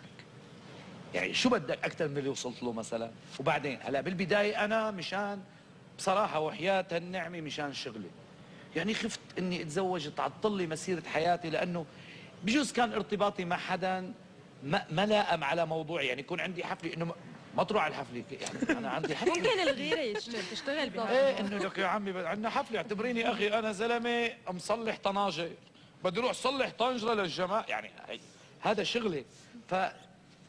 فعملت ستوب هدول السنين لحتى احقق اللي بدي اياه. بكل لقاءاتي كنت احكي دائما انه انا لازم اعمل شيء من فني، لازم بدي هذا الفن لانك طموح السوري. ولانك موهوب، لانك انت في رساله رايح فيها. يعني مو عن عبث. يعني هذا الشيء عن جد عم بحكي، هذا الشيء اللي وصلتوا له ان كان انت وان كان حسين. يعني انا بوجه له تحيه كمان. اكيد كلنا بنوجه له تحيه. انتوا عملتوا شيء بسوريا وحققتوا ورفعتوا، يعني عملتوا رساله وحققتوا هذا اللون الجبلي انتشر يا عيني بالعالم عليك كله. يا ملك، يا عيني عليك. هي هي رساله. انتوا بلشتوا يعني عفوا بسوريا هلا في شركات انتاج داعمه للدراما، بس انتوا مين دعمكم؟ انتوا دعمكم جهدكم وتعبكم. برافو هذا عليك. اللي طالعكم. برافو عليك. حقيقه يعني هن كثير تعبوا. يعني حققوا هلا انتشار كتير بلبنان كبير. بمصر الفنانات والفنانين في 100 شركه انتاج بترعاهم. هلا الاغاني نحن ما حدا بلبنان بيرعاهم الا حتى هن عم يعملوا حالهم بحالهم. وحزيري شو يعني ورفضت، يعني رفض لك في الفنان ملحم بركات ما بيغني غير بنانه. انا شخص ما بغني غير بنانه. صباح فخري الله يطول بعمره ما غنى غير لون التراث الحلبي لونه. علي الديك ما غنى غير تراث سوريا، ولن اغني غير تراث سوريا. يعني مع هذا احترامي يلي الى ميزكم. كل الدنيا بغني شو ما بدي، بس هذا لوني، هذه بيئتي. فانا عم ارفع هذا العاتق الكبير حاطه على كتفي. انت عندك مسؤوليه كبيره. يعني انا اليوم طبعا. انت هي رساله، يعني هي رساله. انت حامل رساله وطنك. وطن انت عم بالضبط. تمثل شعب، عم تمثل شريحه من المجتمع. انا عم لوني وفلكلوري بس لون كبير وعظيم. وقلت لهم بالبدايه شوفي يعني ليك يا زان، حكيت اول البدايه، قلت لهم يا جماعه هذا اللون كبير، هون عندنا بسوريا، هو طلع واحد يعني غنيت الحاصودي وبعدين يا ابو الشباب اقتنع فيني الله يرحمها لامك، ما تعطيني مصاري، ما بدي مصاري. كان هذا عنده شيء بالاعلام. لك يا اخي على المشفى يا ابو فهد، ايه على المشفى وحبتها العالم حبها، لك لا توقف بوشي شبك، اتركني بدي روح، اتركني. لا، وعدتهم قلت لهم هذا التراث العريق، هذا اللون الجميل له قيمه، قيمة كبيرة بالمجتمع اليوم، هذا اللون الأول. قلت لهم والله وحياة الوقت بالبداية، قلت لهم يا إفلين، قلت لهم قال شو طموحك؟ شوف لا الطموح شو كان. اجت صحيفة عم تعمل معي لقاء باللاذقية، وبعمره ما كان حدا يعمل معي شيء، لا لقاء ولا ميقاء، ولا حدا بيعرفني مين علي الديك. اجت جريدة بده يعملوا معي لقاء، بدي بوسه وبنديات، ودخيل ربك تعال انه بده يعمل انا علي الديك تعمل معي لك لحتى تعرفني العالم. فسألني قال لي شو طموحك؟ شو في لها الطموح؟ قلت له أن أجعل تراثي، شوفي ورجعوا لصحيفتي، أن أجعل من تراثي نور يلألئ في سماء العالم، وأن أغزو نيويورك بفني. وهذا اللي صار. هذا اللي صار بصدقك مع نفسك، لأني أنا صادق، أنا ما كذاب، أنا ما بكذب، ما بعرف أكذب، أنا ليك يا بقول هيك يا ما. مرة كنت بالجزائر عندي مهرجان كبير، والعالم يا لطيف، والحضور والجمهور الكبير، وبتعرف انت الصحافة تونس والجزائر في صحافة كبيرة من سفركم بتعرفوا صح ولا لا؟ طبعا. فيعني بيطلع الفنان بتلاقي 100 صحفي، اجوا لعندي 100 صحفي، فحسيت انه في قيمة لفنك، فكل واحد بأدب بيرفع ايده انه استاذ سؤال، بيرفع ايده تفضل، رفع ايده واحد قال لي ما غنيت مصري؟ قلت له على راسي. قلت له ايه شو يعني ليش؟ قال لي مشان اسا يكبر شعبيتك تكبر اكثر. قلت له عبد الحليم حافظ ما غنى سوري، كل سوريا بتموت على عبد الحليم حافظ، كل سوريا. صحيح. فانا بدي غني سوري، وقفت فخر كمان بسوريتي، وبدي اوصل رسالتي لهون. رح نسمع شيء معناتها هلا صار وقت نسمع شيء. يلا هات قوموا له شوي، شبكي يلا قوموا قوموا يلا بده يلا. بده قلبي بده يحتل عيونك، بده ويفرض حبه عليكي غصب عن اللي بده وما بده. حلو. بده قلبي بده يحتل عيونك، انا بده قلبي يحتل عيونك، او يفرض حبه عليكي غصب عن اللي بده ما بده. بده قلبي يحتل عيونك، انا بده قلبي يحتل عيونك، يفرض حبه عليكي غصب عن اللي بده.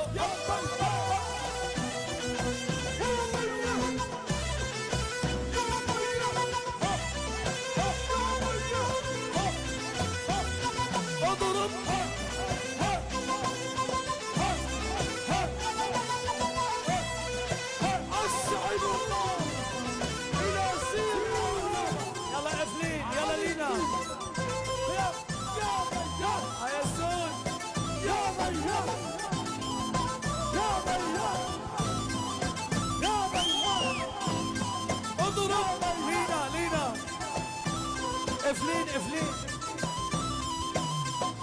يلا شالو افلين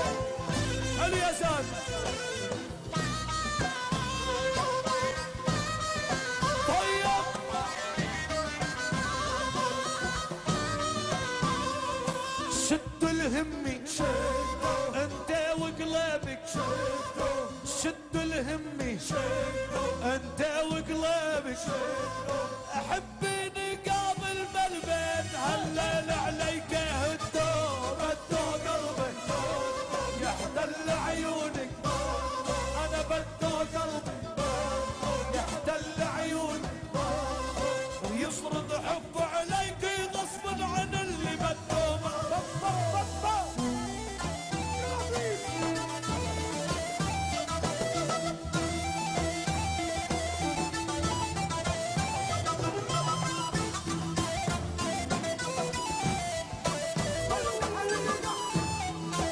اشعلوا النار يا بيتي يا والله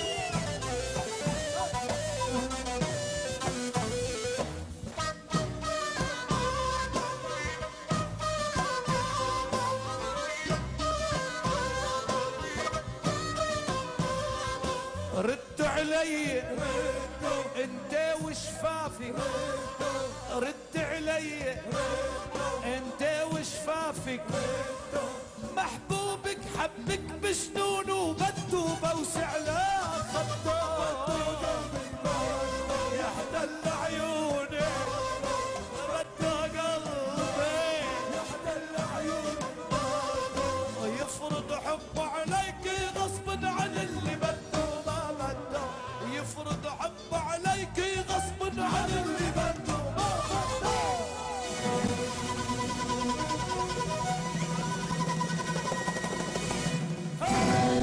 الله يخلي لي اياكم يسلم لك خلينا ان شاء الله يا رب علي. الله بيحميكم يسلم تسلمي لك. لي يا شكرا ابلي للفرقه الموسيقيه اكيد لانه بدي غني لموال لقبلي كل يلا. الغاسلتن الا قبلي يلا جاهزه لاسمها لا دخلك شاطر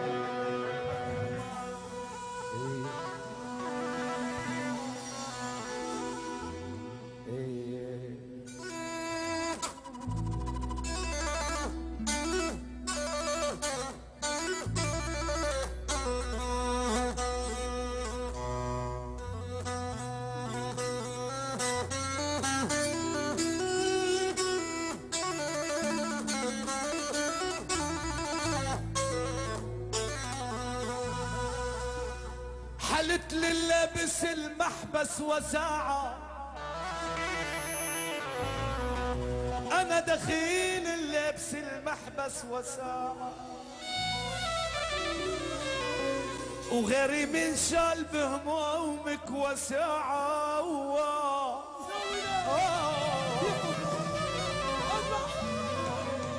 لك يا عفلين كل من سبب للفرقة وساعة إلهي تجعل دياره خراب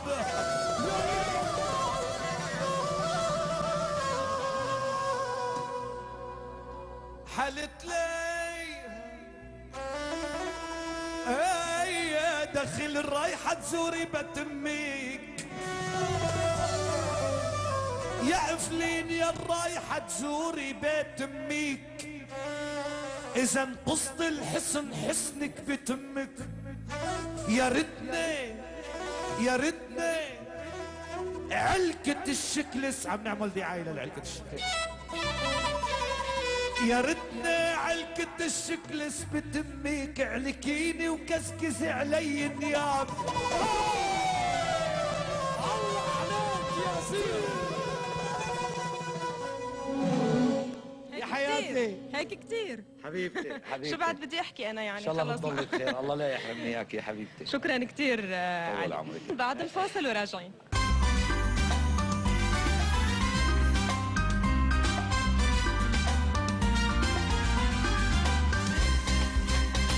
رجعنا معكم مشاهدينا من بعد الفاصل ودائما بنعرف انه الفنان لما بيوصل لمرحله من الشهره والنجوميه بيعيش يمكن بهي الهاله اللي هي كل الناس بيحبوه كل الناس عم ينطروا اعماله حتى هو يمكن بتصير حياته نوعا ما مأثوره بهذا بهي النجوميه او بهذا النمط من الحياه ولكن الفنان اذا بدي اسال ايمت ممكن ينتهي؟ يعني شو الشيء اللي ممكن يصير مع الفنان بحس انه هو خلص توقف عن العمل؟ فيني اخذ منك جواب لينا؟ هلا انا برايي الفنان بدايه بلا نهايه، يعني انا برايي الفنان عطاء بلا حدود، كيف بده ينتهي؟ مم. يعني حتى لنفترض بعد وفاته لا سمح الله بضل تارك شيء بصمه، تارك اعمال، تارك صعب ينتهي الفنان.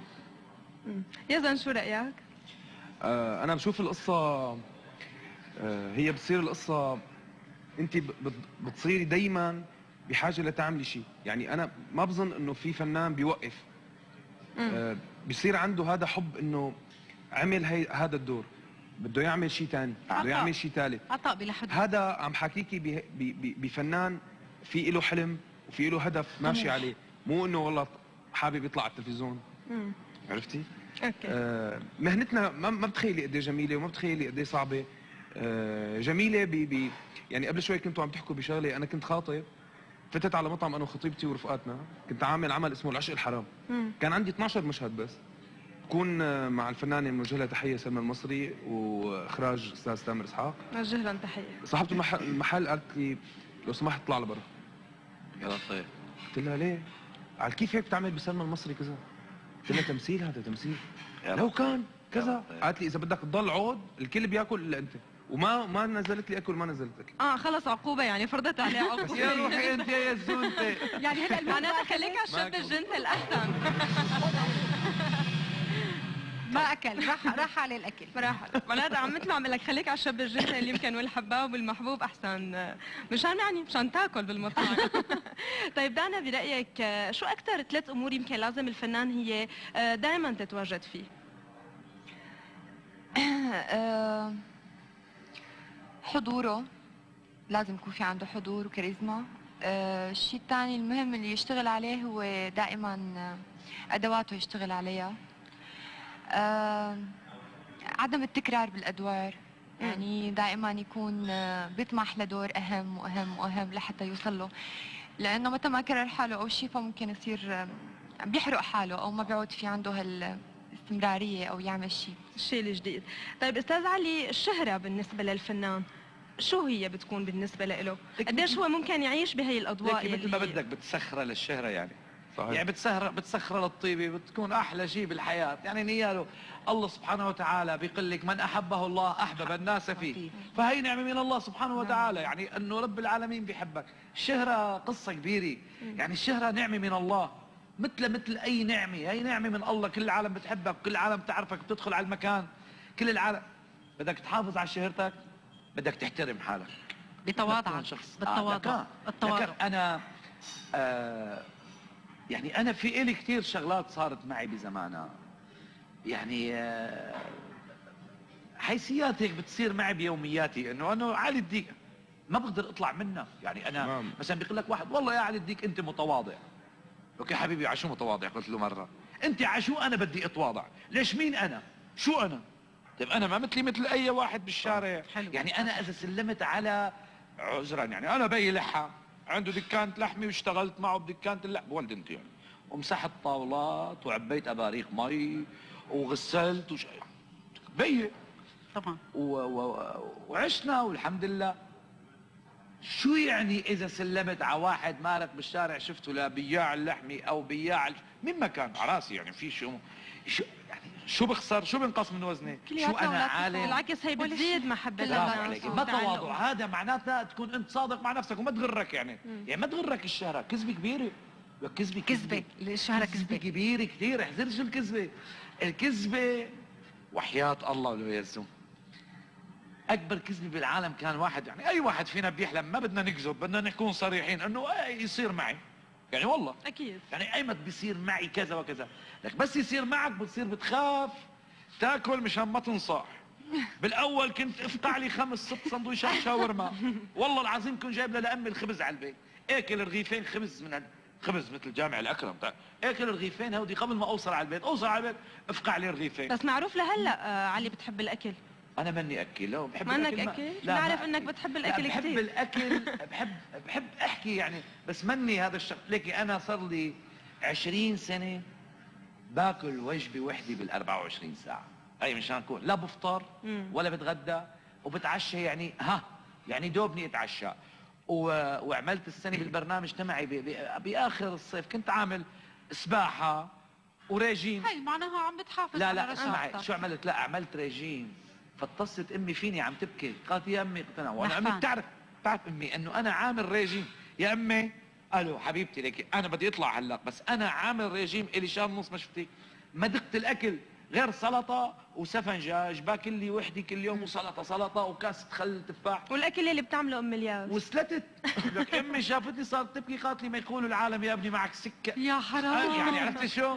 فانه مني اكيل وبدك تحافظ على حالك على رشاقتك. على نعم. اكيد دائما الفنان يعني هو بضل يعني هي متطلبات النجوميه انه هو يضل محافظ على الشكل، طبعا عايش بنمط حياه معينه، يمكن لانه هو بالنهايه يعني ما انه ملك لنفسه، هو ملك للناس والجمهور.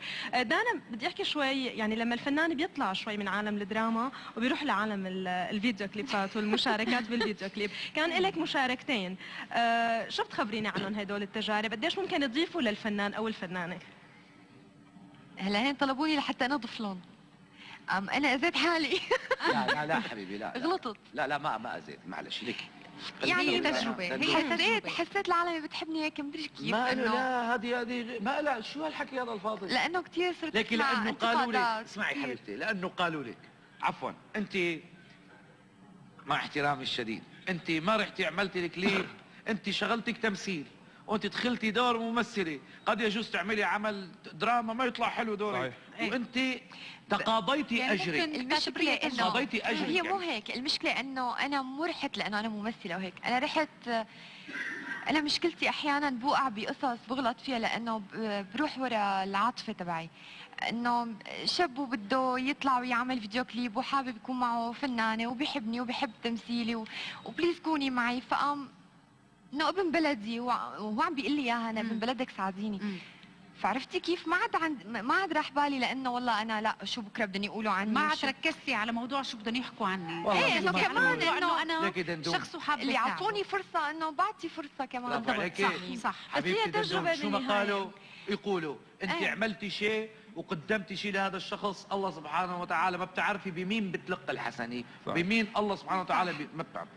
فانا بالعكس انا فرحت وشفتك حلوه كنت بالكليب، وانا كمان شكرا. بشرفك صح ولا يعني لا؟ اكيد يعني أنت هي جميلة مثل ما بنت، كنا عم نقول جميلة، تجربه حلوة كتير. بتضيف يمكن للفنان، ما يعني ضروري بغض تضرب، النظر ما ضروري تضرب غنيته ولا الشخص. لا ومو ضروري يعني انه انا دائما بدي اعمل شيء لحتى انا ينضاف لي يعني، فحسيت انه هذا الشخص يعني حكى معي كثير كمان، يعني ما عاد حلوه وابن بلدي فعلا اعتبرته لو انه قرايبي مثلا بدي ساعده ما دندون. بس هيك. هذا الجمال أنا- اساسا حرام. انا رح احكي قصه والله العظيم لكم يا شباب. كنت عم صور كليب طل الصبح ولك علوش، الفنان الكبير جدا جدا جدا جدا جدا زهير عبد الكريم.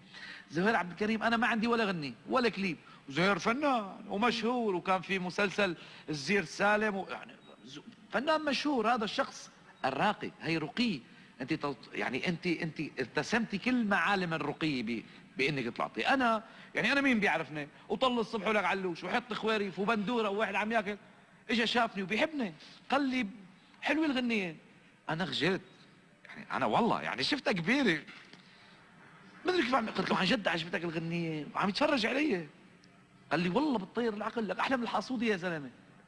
قلت له دخيلك يا ابو العبد، قال ايه؟ قلت له ابو العبد هيك ها والله تحيه لك زهير عبد الكريم الحبيب، تحيه. تحيه كثير كبيره. وطبعا مثلوا بعد منا معي باسم ياخور كمان الحبيب اللي عمل فيني مقلب، بس ما مشي ما مشي. المهم زهير عبد الكريم قلت له قلت له ابو العبد بتطلع معي هيك ها، يعني انا اجر لقدام واجر لورا. قلت لا بدي يقول لي يعني يعني كثير ناطر رد ما حلو. قلت له بتطلع معي يا ابو العبد؟ قال لي هيك كيف ما بطلع؟ قلت له عن جد عم حكيك بتطلع معي؟ قال لي ايه والله بطلع. قلت له كيف بتطلع؟ قال لي خلص بطلع، شو بدك حط. قلت له بكره الصبح عندنا تصوير. حلو. وين انتم؟ قال لي بمحل فلاني. اجى زهير عبد الكريم صور معي اول كليب بحياتي، فرانك واحد ما اخذ مني مصاري. هاي انت ابو العبد انت ما اخذت مني انت محبه بوطنك وبابن بلدك، وقال لي نحن بدنا نرفع اسم بعضنا. فتحيه الك بطلعتك معه، تحيه الكم وتحيه لابو العبد. تحيه للاستاذ زهير. يا حياتي انت دمعك هالحكي ما عن جد. يا حياتي انت يعني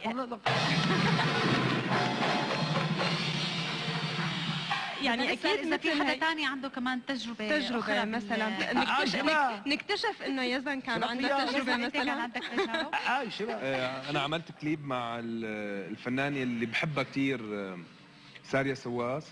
بحب لونها كتير، وكنت متردد بالبدايه بس يعني حبيت، قلت يلا عملنا كليب حلو بس ما كثير انشهر، هو يلي فكر حالك زير والنسوان. حبيت القصه قلت يلا. والأغنية حبيت الكلمات انت ولا حبيت فكره الكليب ولا شو؟ لقيت حبيت حالك الكلمات. حابة نفكر يعني زير، يمكن عجبتك كلمة زير فأخذ من هذا الموضوع.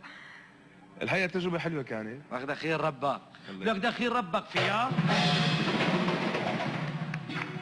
هلا بدك تسمعوني شغله، بدي غني بس بدكم تسمعوا كلام ضايعه على حقيقتها.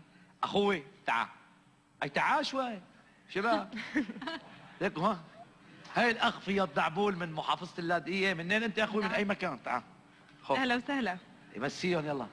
اهلا وسهلا فيكم جميعا. لا احكي أهلا عادي وسهلا عادي, فيك عادي. أستاذ. من وين انت يا اخي؟ من اللاذقية. من وين من اللاذقيه؟ مشروع صليبة. من وين؟ مشروع صليبة. حلو. شو شعورك نحو اللاذقيه؟ قد ايه مشتاق لها؟ كثير كثير. بتحبها؟ بحب وطني، بحب سوريا كثير. طيب بدي اسالك سؤال اخوي. هي خدهنه، شو هي خدهنه؟ انا كلمه خدهنه بدي شو خدها مثلا؟ عرفتي مثلا خدي هذه الشغله، خدي هالشغله وديها، فباللاذقيه بيقول لها شو؟ خدها يعني خدي هاي. ايه وجيبها هنا. شو؟ اجيبها هنا. حبيبي يا فياض. اهلا وسهلا فيك، وتحيه اكيد لكل اهل اللاذقيه ولكل السوريين من ما كنتوا عم تحضرونا اليوم. نسمع غنيه نسمع 5000 ونرجع. غنيه. جعبالي اسمع الحاسوده. والله جاي على بالي سمعك شغلات كمان من هالجداد يعني كله هالجداد. طيب اوكي يلا. الجداد اوكي. طيب بس رجعتنا لانه لذكريات وحاسوده وطل الصبح لك على اللوز. تحيه لاحمد شحادي الحبيب ولسائر وماهر العلي. تحيه لهم.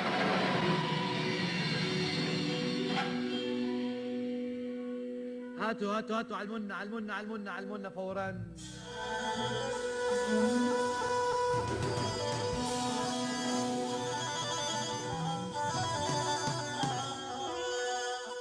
يا حلوي حبك المدفون أورق وطلع له في شعاب القلب أوراق.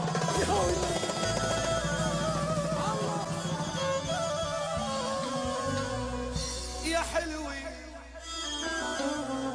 حبك المدفون أوراق وطلع له في شعاب القلب أوراق. تعكر منهل الخمار، تعكر منهل الخمار أوراق سكرت وشو بقى نفع العتاب.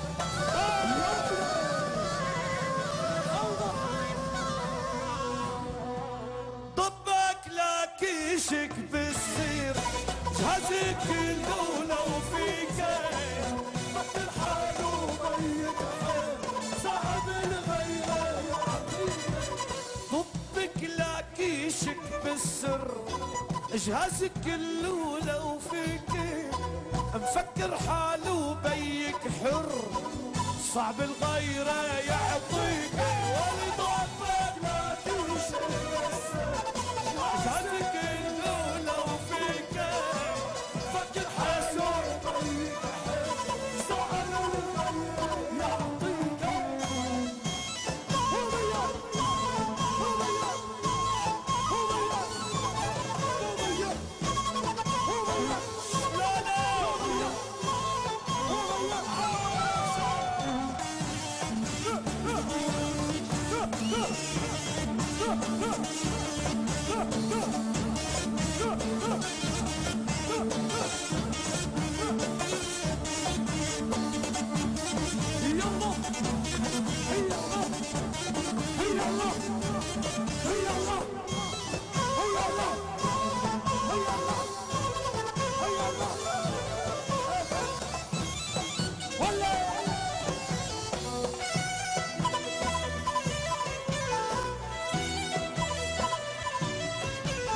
ضلي حد ولا يهمك وان بدك بقتل عمي. ضلي حد ولا يهمك وان بدك بقتل عمي. بقوس بيك صيبه وبالبيت بحاصر او ضمك لا كيشك مسا جهزك انه لو فيك فكر حاله بيك حيل صعب الغير يعطيك. لو بي بحر وجو لو بجن جنوني لو اطوق حيك بحر وجو دقيقة بعد طلوع الضو بتبين ما تخلي خلي ضبك لا تشرب السر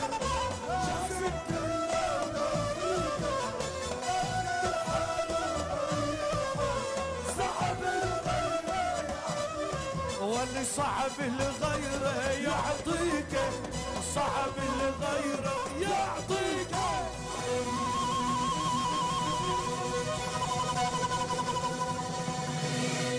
يا الله ضبك لاكيشك بالسر اجهازك كله لو فيك مفكر حاله بيك حر بقى هون سويت حالي انا فارس خضرة دياب انا دياب بس شي حلو اسمعي قلقل ضلي حدي ولا يهمك وان بدك بقتل عمك راح لعم بقوس بيك صيابه وبالبيت بحاصر امك بدها تروح العائله لا نحن بدنا ناخذها بالتراضي، ما بدنا ناخذها بالتراضي، ما بدنا عنف. كلمات نسيم العلم الحبيب والحان اخوكم العبد لله علي الدين.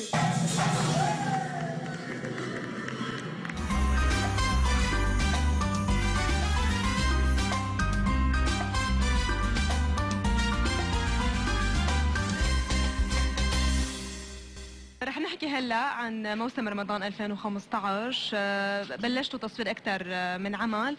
لينا ويزن ودانا مشاركين كان بنفس العمل بانتظار ياسمين، بالاضافه لاعمال اخرى. يزن مشارك في ظروف غامضه وفارس وخمس عوانس، وايضا دامسكو. اوكي، خبرنا شوي عن هدول المشاركات. هلا انا عم صور عمل هلا اسمه فارس وخمس عوانس، عمل كوميدي اخراج الاستاذ فادي سليم، انتاج شركه الابسي. عمل انا وحيد اخواتي، هن 4 بنات حلوين كتير، بس طالع عليهم لقب انه هن عوانس، هن ما عم يرضوا باي عريس. انا مستعد اتجوز اي حدا بيجيبوا لي اياه. خالي هو عبد المنعم عمايري، بنوجه له تحيه، بنقول له كل عام وانتم بخير. هو دايما مشاكله دايما معي، دايما بتقطع لي براغي. معنا الفنانه الجميله مرح جبر، لينا دياب، رنا ابيض، مديحه كنيفاتي، وفي مجموعه كبيره من الفنانين هدول الاساسيين. كمان يمكن بظروف غامضه، بمسلسل في ظروف غامضه، يمكن المشاركه الاولى لك مع الاستاذ المثنى، فخبرنا عن هي التجربه كيف الحقيقه هي كانت. انا من هذيك السنه كنت لازم اشتغل مع استاذ مثنى، بس بسبب تصويري بمسلسل الاخوه ما يعني اعتذرت عن العمل. كثير بحب اشتغل مع استاذ مثنى، هو حدا كثير بيعطي الممثل، بيعطيه امكانيات، وشغله كثير حلو. السنة كان من حظي الحلو انه اشتغلت معه بهذا العمل. شخصية معيد بالجامعة، وصولي، همه بحياته انه هو ذاته، يعني هو المهم هو، ومن بعده طوفان، يعني شو بده يصير. بيحب نسرين طافش، هو ما بيحبها لانه ابوه عميد بالجامعة وبده يوصل لبعثه، بيتوفى ابوها بيتركها وكذا، يعني حدا وصولي بهي المهنه. طبعا مسلسل في ظروف غامضه هو انتهى التصوير، وهو من انتاج شركه سما الفن الدوليه.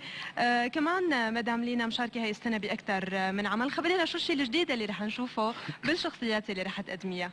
انتهيت هلا من تصوير مسلسل عناية مشددة للأستاذ أحمد إبراهيم أحمد، وهلا عم بشتغل مع الأستاذ سامي بعمل دماسكو، ومع الأستاذ سمير حسين كمان بانتظار الياسمين. انتظار الياسمين مشتركين لأنه بنفس هي صار بدها انتظار الياسمين. مظبوط. سمير حسين صديقي وحبيبي، بجنن سمير، واحمد كمان، والاستاذ احمد كمان. يا الله، احمد عنده صوره، عنده روح هيك خاصه فيه. بالضبط، صح، يعني صح. طبعا بتلاقي فيه هي، انا بحب لها الروح فيه. وسمير وعدني بهذا العمل اللي عم يعمل، قال لي بدك تشوف قصه كبيره كثير. هي اول تجربه مع الاستاذ سمير، ما بتتخيل قديش انا مبسوط بهي التجربه. هو حدا يعني ما بتخيل قديش هو كثير بروفيشنال وكثير شاطر. بيعرف ان يطلع شاء الله الصح. ان شاء الله حتشوفوا عمل جميل جدا في إيه، انتظار إن شاء ديالكم. ما حكيت خلينا نبدل شوي لانه هذيك السنه كانت كل الاعمال الصراحه يعني زمان نحكي الصراحه كانت كثير متشابهه وكلها كانت من خضم الازمه اللي نحن فيها يعني لان كلهم صاروا عم يتحدثوا عن الازمه. طلعونا بس كمان نص انتظار ياسمين بيحكي يا عن الله. الازمه. لا، بس يمكن عم تروح لا، بمناحي غير- اجتماعيه او إيه، مناحي في اخرى. مواضيع اجتماعيه بيحكي عن المواضيع الاجتماعيه. برافو عليك. ايه أنا عن عندي- عن قصص المعاناه اللي يعني. عاناها الشعب السوري ضمن هي الازمه. يعني. العنايه المشدده كمان عمل بيحكي عن الازمه، عمل كله كمان جريء، نفس الشيء. طرح في اختلاف مواضيع، شوي. في اختلاف، بس العنايه عم تطرح مواضيع فيها جرأة، بتلامس الشارع، بتلامس المواطن، بتلامس الهوى. يمكن نحن بحاجه بهالوقت شي يعني جميل. اول الازمه كان في اشخاص يعني عم بيقولوا انه لا نحن ما لازم هلا نطرح اعمال بتتحدث عن الازمه، بس يمكن بهالوقت صرنا بحاجه لانه يمكن الشعب السوري عم يشوف من خلال الدراما منفس له، يعني عم تحكي عن نفس اوجاعه بطريقه جريئه وصريحه بنفس الوقت. هلا عم نحكي عن اوجاعه، بس بنفس الوقت نحن كمان عم نوعي المشاهد، عم نوعي المواطن شو صار بالبلد، كيف يعني كذبت الكذبه وتصدقت. يا عيني عليك. يعني يا احنا رب. بالعنايه المشدده انه يعني ما عليه يعني هيك فقاعه صابون. يعني مين متوقع انه نحن نصل لهون؟ مين متوقع سوريا هيك تنوجع، او سوريا هيك لك يا حبيبتي يصير فيها؟ حبيبتي، اسمحوا لي بس وين المشكله اذا نحن وعينا المشاهد، وعينا الشعب، النار شوف شو صار. بدي لك كلمه هي الكذبة الكبيرة. رأيي بعد 4 سنين المفروض الحجر يكون وعي. الحجر اذا ما وعي معناتها هذا زي المرح هو ما بده يعمل. علي في اشخاص لحد هلا ما وعيت. انت اليوم 133 دوله بالعالم حاولت ان تلوي ذراع هذا المواطن الكبير. تخيلي انت 133 دوله، لك انت يعني مفكرتيها قصه كبيره؟ لك يا جماعه قصه ليك وقت اللي بيحكي عن الازمه اللي مرقنا فيها اللسان بيعجز. مرقنا يعني شيء كل غريب الكون، وعجيب. لك نحن بنحب الكون كله، بطلع كل الكون بيكرهنا. ما بيحبنا. العمى شو هالكذب بيقولوا العمى ليه؟ لهالدرجه خبزنا ما في ملح. معلش ليك انا حلوه لازم نحكي عن الوضع اللي صار معنا.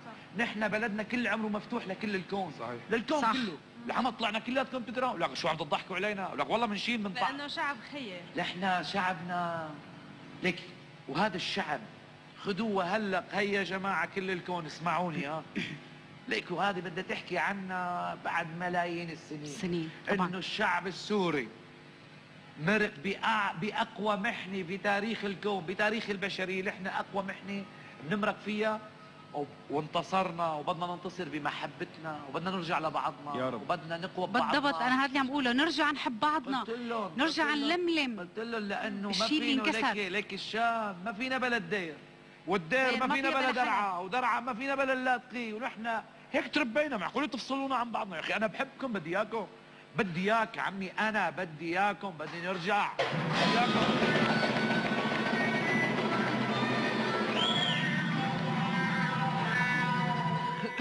بدنا نرجع، أكيد من لازم الحلقة. كلنا نرجع ان شاء الله.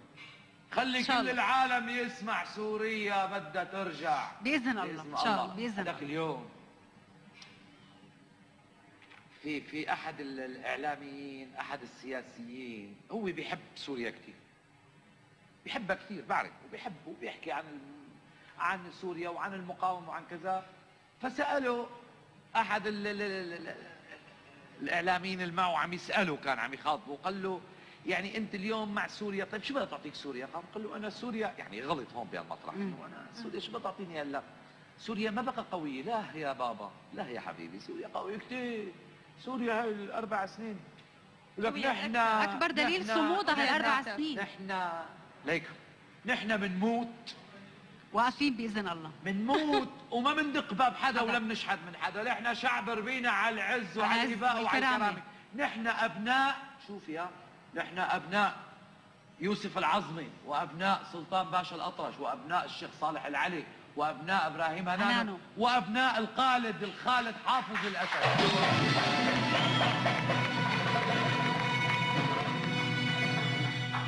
ان شاء الله اكيد سوريا بدها ترجع، ان شاء الله سوريا اكيد رح ترجع مثل ما كانت واحلى باذن الله بشبابها وهمتهم، اكيد نحن كلياتنا مع بعض بمحبتنا باذن الله. لك يا جماعه انا وحياه هالنعمه و500 ألف مره صرت قايله وبقولها، انا شخص كلمتي على راس لساني، ما يعني انا ما هذا الشخص اللي بيمسح جوخه ده.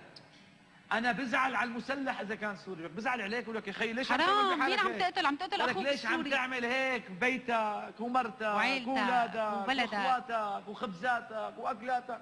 ولك ارجع دخيلك ببوس ايدك، ارجع خلاص تعبنا، رجعوا وعم يضحكوا علينا. هي الكذبه كلهم عم يضحك علينا، ما بدي هي حدا يضحك الكذبة. علينا، نحن بدنا نرجع لحالنا. لك يا عمي بدنا نموت كلمة ما اثنين حكيتها هذاك اليوم بلقاء، اثنين طبعا نحن زعلنا كثير، واول دولة نددت هي سوريا، اثنين ماتوا بفرنسا، اثنين 85 ألف جندي كان بالساحة القتال، 85 ألف جندي نازل يقاتل، اثنين يقول لك ماتوا، يعني زعلنا وعملية إجرامية والدبابات. نحن بدنا ندافع، إذا نزل العسكرية عمري هذا إرهابي، اتركونا بقى، حلوا عن ربنا، بدنا نعيش لك عم سوريا.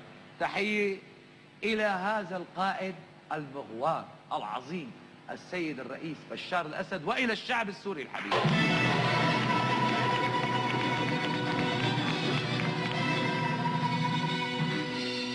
اكيد تحيه كبيره بنوجهها لكل السوريين ولقائدنا بشار حافظ الاسد. رح ارجع لموضوع الدراما، بقيت خبرينا دانا عن مشاركاتك بهذا العام.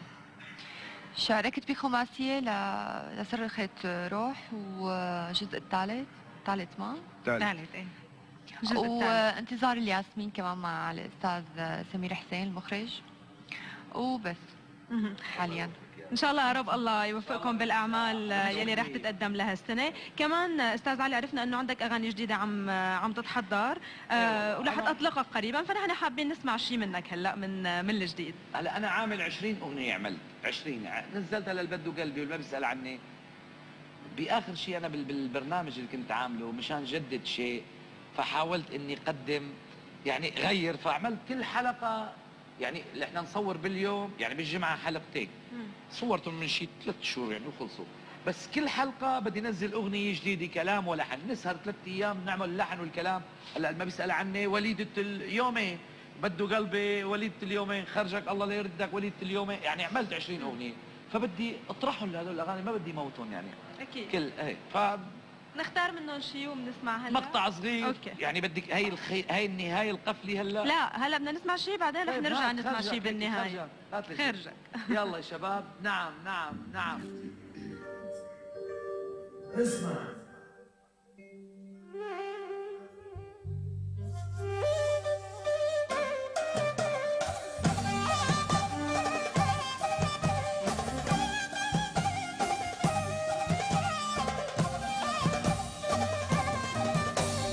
خرجك الله لا يردك، حبيبك صاير ضدك، تتكسر مثل البلور لما بيمرق من حدك. خرجك الله لا يردك، حبيبك صاير ضدك، تتكسر مثل البلور لما بيمرق من حدك. باعك مرة وصالحته ولا بكلمة جرحته، باعك مرة وصالحته ولا بكلمة جرحته. أكبر غلطة صالحته، بحبك الله لا يردك، خرجك الله لا يردك، حبيبك صاير ضدك، تتكسر مثل البلور ما بيمرق من حدك.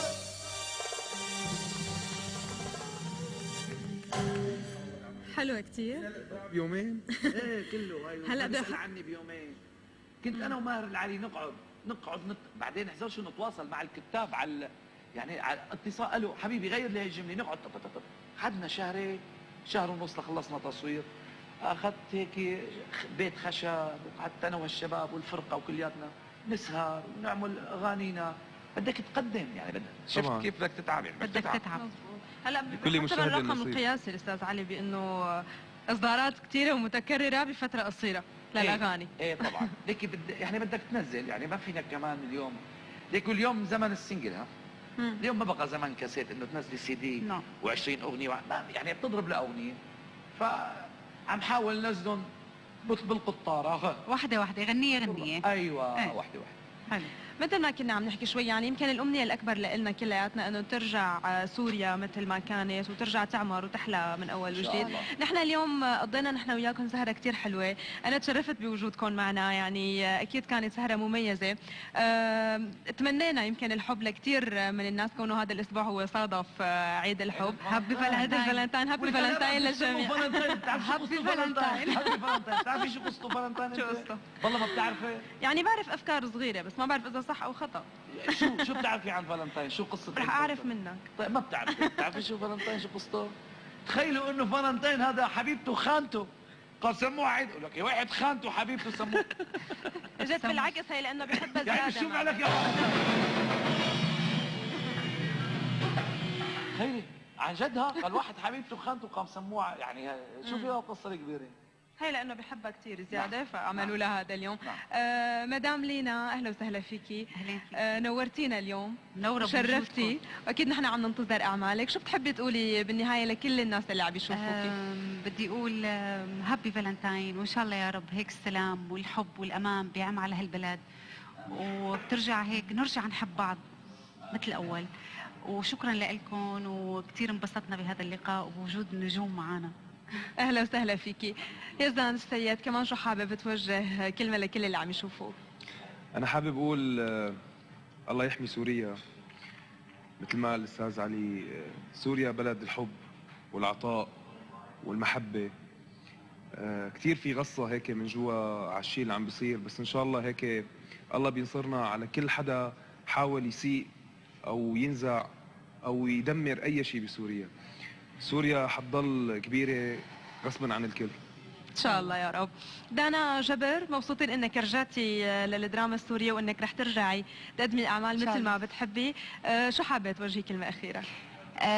أنا كتير مبسوطة معكم اليوم، وهابي فالنتاين، الله يحمي الشعب السوري ويحمي سوريا ويحمي قائدنا الدكتور بشار حافظ الأسد، وإن شاء الله هيك السنين اللي جاية تكون أحسن وأحلى وأمان أكتر واستقرار أكتر للشعب، وهيك تهدى النفوس ونرجع بنحب بعض مثل قبل وأكتر ان شاء الله. و بدي على الصعيد الشخصي امنيه صغيره اذا في. شخصي احكي لا تغجلي خلص. هلا زواج ما بدنا. مين قال؟ انطروا مفاجأة من الجو. اوكي، معناته ممكن هلا الجماعة على السريع ما بنعرف شو ممكن يصير بعد هاي الحلقه. ما بنعرف شو ممكن يصير بعد هاي الحلقه. بده يصير كثير، صار بنص الحلقة. استاذ علي اهلا وسهلا فيك، شرفتنا لليوم. رح نختم معك بغنيه انت بتختارها، اكيد هاي الغنيه هي رساله او يعني كلمه منك رح توجهها لكل السوريين، واكيد شو حابب تقول؟ بقول اني انبسطت، فرحت فيكم كثير، كنت مشتاق لكم كثير، ونحن كمان. وان شاء الله يا رب